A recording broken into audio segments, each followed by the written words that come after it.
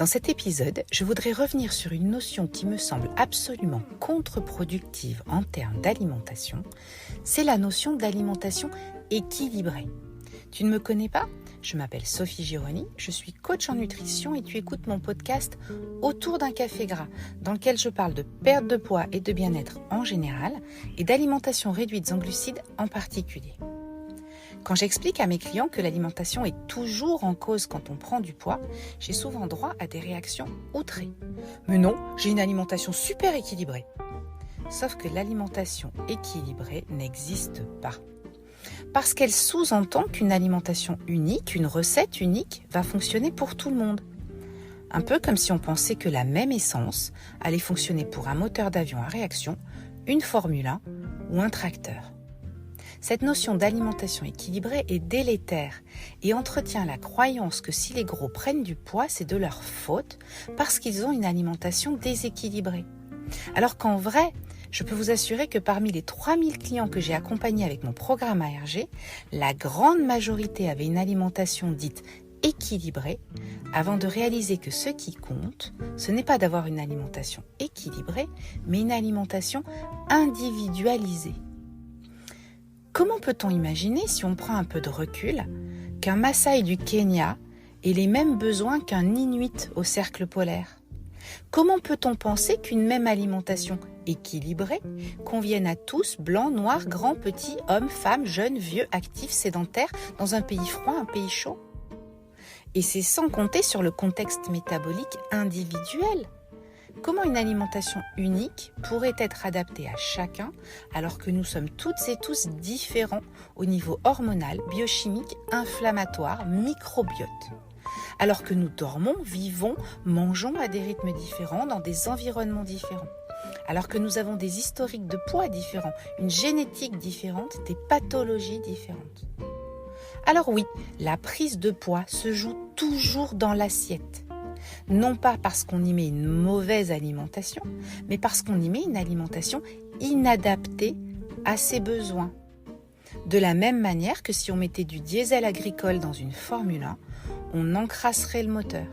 Et ça ne serait pas la faute du moteur, mais du technicien auto qui penserait bêtement que tous les moteurs ont les mêmes besoins. Alors que vous vous imaginez bien que les mélanges pointus, conçus et adaptés à chaque course pour les moteurs de Formule 1 n'ont rien à voir avec le diesel qu'on trouve à la pompe, qui fonctionne pourtant pour la grande majorité des véhicules. Si une même alimentation équilibrée convenait à tous, vous pensez vraiment qu'il y aurait autant d'obèses et de malades métaboliques sur Terre ? Vous pensez vraiment que tous les gros, tous les diabétiques, tous les malades cardiaques sont de gros gloutons fainéants qui se gavent de Big Mac et de soda à longueur de journée ? La plupart des gens suivent au mieux cette notion d'alimentation équilibrée dont on nous rebat les oreilles depuis 50, 60 ans. Est-ce que la santé humaine s'est améliorée depuis 50, 60 ans ? Ce n'est pas parce que les gens minces et en bonne santé le sont avec une alimentation équilibrée que c'est grâce à cette alimentation équilibrée. D'ailleurs, il y a plein de gens minces et en bonne santé qui ont une alimentation pourrie. Si une alimentation équilibrée rendait tout le monde mince et bien portant, une alimentation déséquilibrée devrait rendre tout le monde malade et gros. Or, ce n'est pas le cas. On a tous en tête cette copine qui mange de la junk food à gogo ou ce copain qui mange comme 4 et dont rien ne semble altérer la silhouette.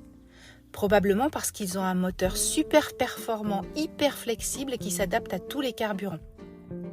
Dans les pays occidentaux, les problèmes métaboliques touchent 80% de la population. Hypertension, diabète, surpoids sont quasiment devenus la norme au sein d'une population qui pourtant, majoritairement, a une alimentation plutôt équilibrée. Parce que tout le monde n'a pas un métabolisme hyper flexible et performant. Et donc tout le monde ne peut pas fonctionner correctement avec le même carburant.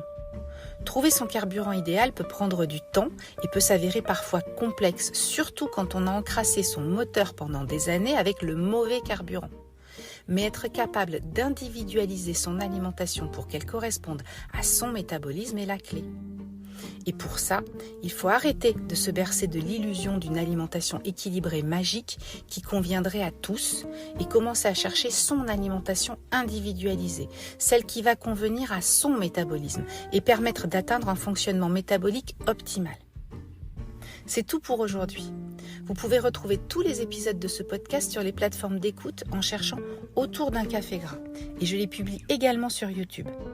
Pensez à consulter mon site www.lesassiettes.fr où vous trouverez des liens vers toutes mes recettes, mon guide du débutant gratuit, des vidéos et des articles qui vous aideront à mettre en place votre alimentation réduite en glucides.